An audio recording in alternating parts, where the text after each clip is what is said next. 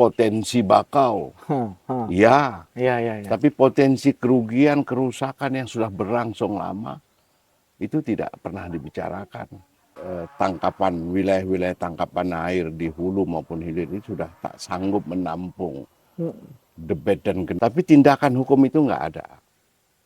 Nah, kondisi ini satu titik. Kemudian di 2021 kita temukanlah alih fungsi kawasan hutan bakau dari kawasan lindung dari 9.000 hektar lebih di 4 kecamatan produksi yang sudah perubahan tutupan lahan jadi tambak. Kebijakan yang menyeluruh bagaimana yang menghentikan ini baik daerah provinsi ini nggak pernah ada.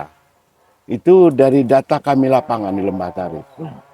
Kita akan lakukan dengan ajak kawan-kawan baik ada di Langsa Aceh Timur untuk kita lakukan gugatan class action.